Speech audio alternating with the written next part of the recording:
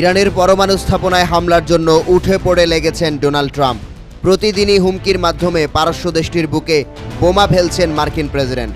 তবে পরিস্থিতি যেদিকেই যাক না কেন, জয় ছিনিয়ে আনতে বদ্ধপরিকর আয়াতুল্লাহ আলী খামেনি।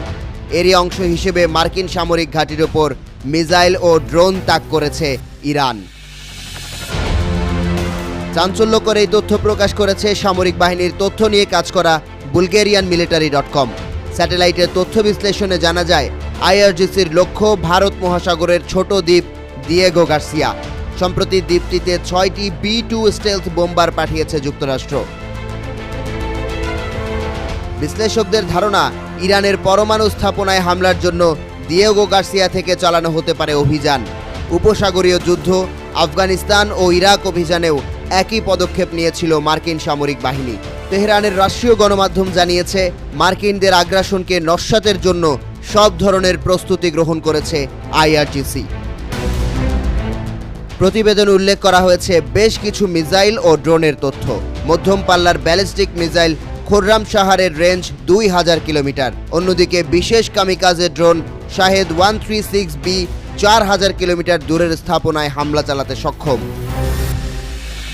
তবে ইরানের উপকূল থেকে দিয়েগো গার্সিয়ার দূরত্ব প্রায় 3800 কিলোমিটার। তাই পারস্য ভূখণ্ড থেকে ড্রোনের মাধ্যমে হামলা চালানো সম্ভব হলেও তাত্ত্বিকভাবে কাজে আসবে না মিসাইল।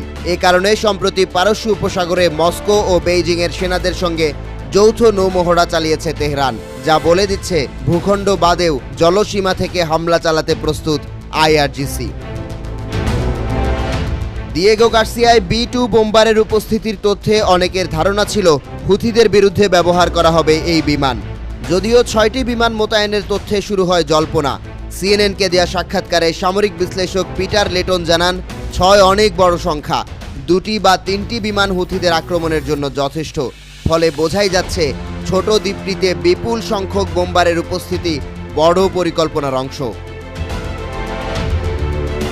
তবে যুক্তরাষ্ট্র কিংবা ইরানের দ্বৈরথের চেয়ে ঊর্ধ্বে দিয়েগো গার্সিয়া। ভারত মহাসাগরের ছোট এই দ্বীপটির অবস্থান কৌশলগতভাবে গুরুত্বপূর্ণ, কারণ এর পাশেই রয়েছে বাব আল মানদেব ও